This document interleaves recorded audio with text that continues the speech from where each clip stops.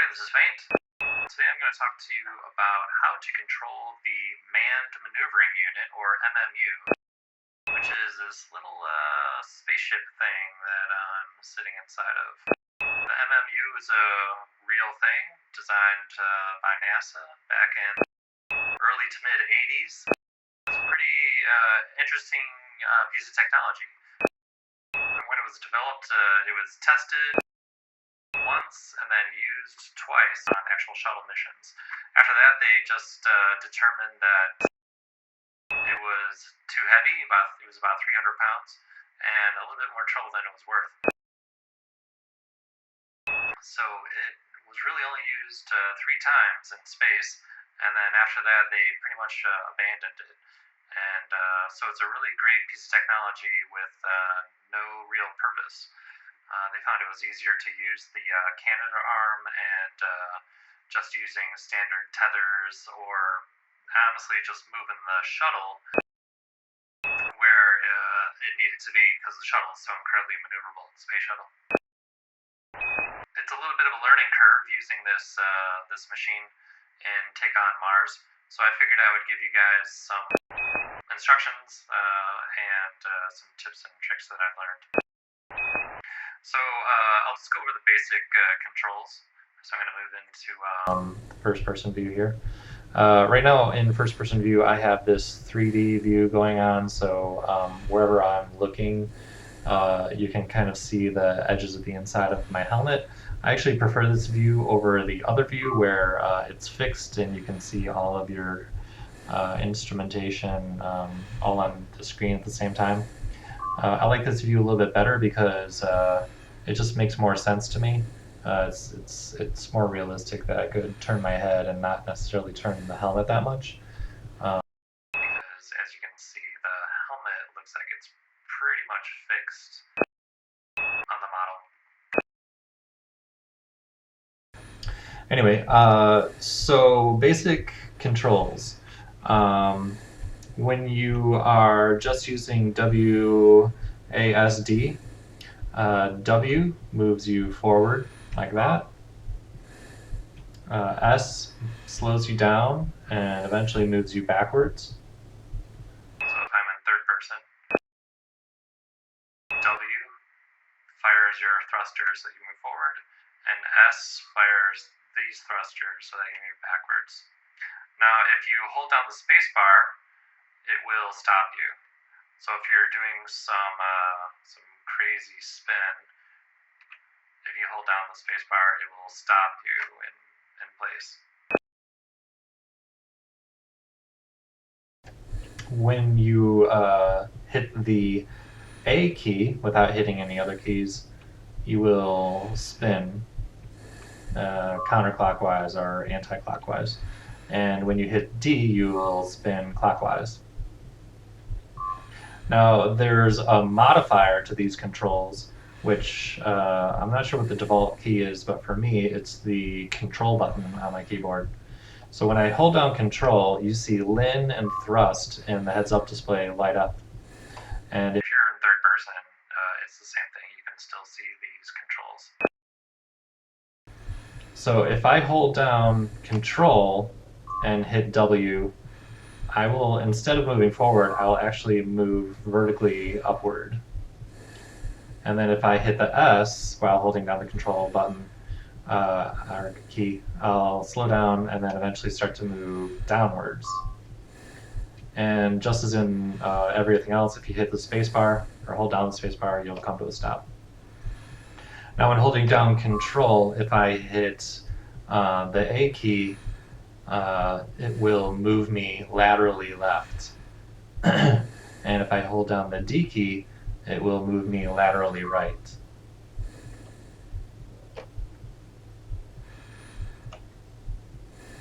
Now if you hold down the control button and hit the spacebar, it doesn't do anything. It just does the same thing as if you just hit the spacebar. So the last and probably one of the most important things is the orientation hold key, which I don't know what the default is, but I have it mapped to the shift key.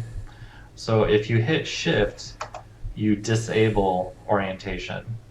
And if you hit it again, it will re-enable orientation. So you can see this little diamond here in the center of this square. So now if I don't hit anything except for the A key, I will spin to the left, and when I let go of the key, so if I hold it down and just keep holding it down, I'll just spin like this. And you'll just keep going faster and faster. And as soon as I let go of it, because I have orientation lock turned on, the M.M.U will try to stop you so that you hold your orientation. Now, if I hit the shift key to turn orientation lock off, and then hit the A key, just hit it once, it will start me spinning. And I'm not touching any keys right now. So this will make more sense if I go into third person. So I'll hit the shift key to turn orientation lock back on. I'll turn it off. I'll hit the A key just once, and I'll start spinning.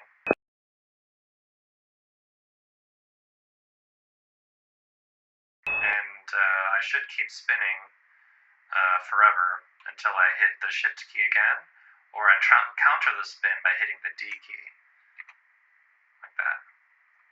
So hitting the D key will set me spinning clockwise, and then I can hit the A key to slow down.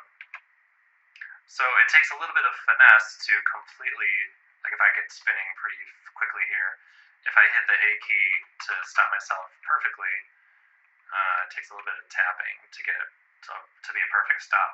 It's a little bit easier to just hit the shift key.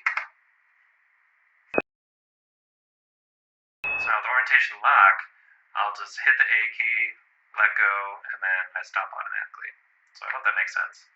So one of the nice things about this is that if I hit the shift key to unlock orientation lock, and then I move my cursor to some other position, and then re-enable orientation lock, the M.M.U will match that new cursor position with the orientation. So if I go into first person, and let's say I want to orient over to the airlock over here, I'll just hit shift to unlock orientation lock, and then move the cursor over to the door over here, hit shift again, and the M.M.U will try to line me up into that direction. So this is kind of like easy mode. It makes it much easier to break down the number of tasks you have to do when you're flying this machine. So let me see if we can combine all of these things. I'm gonna start upside down from the airlock door, and I'm gonna start in this orientation,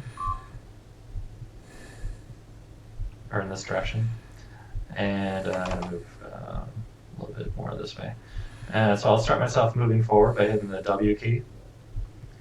And while I'm moving forward, I can actually reorient by unlocking shift and then locking shift again. And I'll turn in the direction of the door, but I'm still moving in this original direction. And I can tell that because I can see it, but I can also see this little indicator here, which tells me the direction that I'm moving in. And it's called M.M.U, which is the name of the machine, and prograde. Now the opposite of prograde is retrograde, which is the direction I'm coming from. So if I go turn 180 degrees, you can just make out M.M.U retrograde all the way over there behind me. If I go into third person, it's a little bit easier to see. So that's the direction I'm moving in, M.M.U prograde, and that's the direction I'm coming from, M.M.U retrograde. If I want to stop again, I can just hold down the space key. And there I am. Go back into first person. Hit shift twice. I'm going to move forward towards the airlock door. While I'm moving, I can spin into the orientation of the airlock. Now, if I want to move down a little bit while I'm moving forward, if I hit Control, I can do a downward thrust move or an upward thrust move. So I'll do a quick downward thrust move here. And you can see the M.M.U cursor changes to tell me the new direction. So I can do that again. I'm just going to back up here. Oh, also, the longer you hold any of these keys, the faster you're going to move. And you can see your speed in meters per second underneath the prograde or retrograde indication. So I'm going to start in this orientation, facing this direction. I'm going to start moving forward slowly. You can see where it says M.M.U prograde. Now let's say I want to move over to this light over here, but I don't want to stop completely, change my suit orientation, and then start. So what I can do is hold down Control, hit the D key, and then hit the S key to move down, and a little bit to the right. So now I'm heading in the direction of this beacon, even though I'm still facing in this direction. So you can see I'm facing that way, but I'm moving this way. So you kind of have to think in a couple of different dimensions. You have to think about the direction you're facing as well as the direction that you're moving. Now this can actually be very useful. Like let's say that I wanted to move this beacon, but I wanted to move it from above, as if this were a ceiling and not a floor. So what I can do is move above it, stop, change orientation so that I'm almost lying on my back facing the ceiling. Hold Control and hit W to move straight up, like that. Slow down a little bit by hitting the S key. Go back into first person. And I'm pretty close, but I can't quite reach it, so I'm going to come to a stop, and I'm just going to move forward by hitting the W key and nothing else. So that will move me down, I guess if you want to say. But really, whenever you're doing any of this stuff, there really is no up or down. It's all just, you know, it's all relative. Oh, one other thing, when you're in zero gravity and you disassemble something with your tool here, you don't automatically grab things. So I've disassembled this beacon, but I didn't automatically grab it. So you can tell I can move backwards away from it, and it's sitting there. It looks like it's still locked to the plate that it was originally locked to, but it's actually just sitting there floating. And if I were to bump it, it would fly off. So what I'm going to do is I'm just going to grab it. So there I have it. And I'm going to move backwards away from these plates. I'm going to hold down Control W. Hit stop. And I'm going to hit W to move down a little bit. Hit stop. And there it's giving me the the placement ghost. And there we go. It's been placed.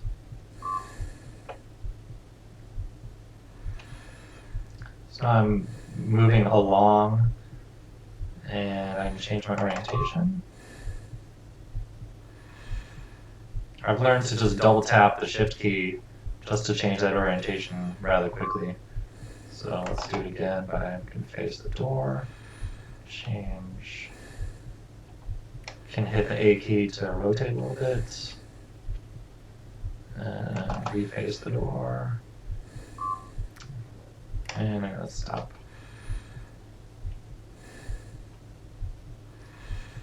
Now, big moves like this are a little bit easier to do when you don't have to worry about bumping into anything. Let's say you need to move inside of a small space like this. It takes a little bit of careful control, and I end up having to look around a lot to make sure I'm not going to bump into something. So I'm going to hit Control D to move right, and it's just easier to come to a complete stop and reorient towards the inside of the airlock, adjust my rotation a little bit, move in. While I'm moving in, I can actually reorient.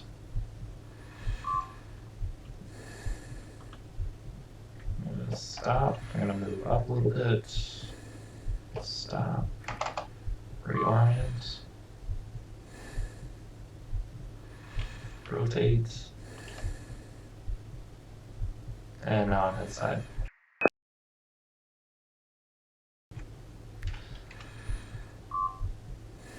I'm going to exit straight out, trying not to hit the edges of the door.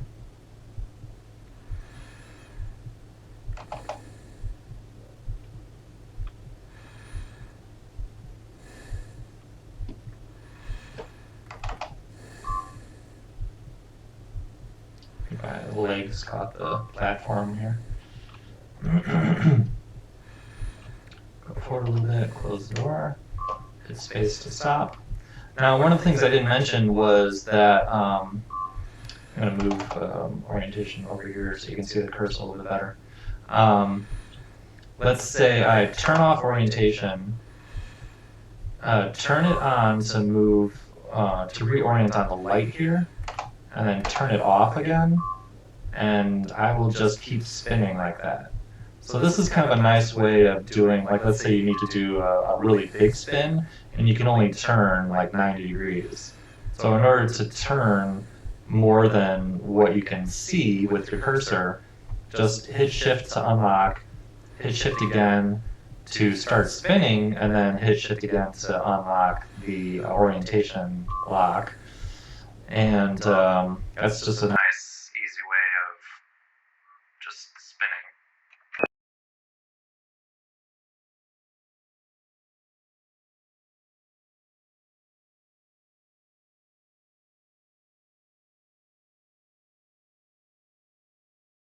Hit spacebar to stop.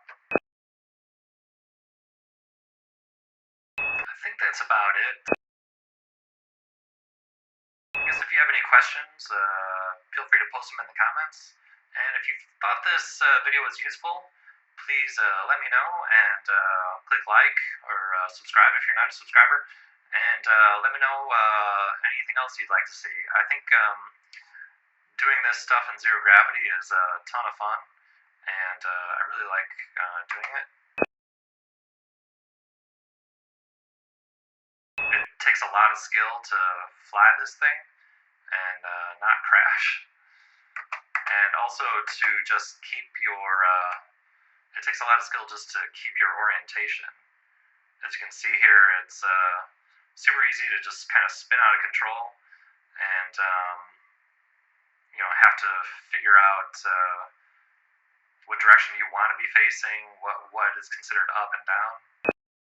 I heard recently on the International Space Station that one of the ways they keep their orientation is that they have all the lights are up, and the light direction comes from above. So that helps them keep some sort of an orientation, but it's not even consistent from in some of the modules. So even the astronauts on the International Space Station themselves have to, in some ways, take a few minutes or a few seconds to reorient themselves.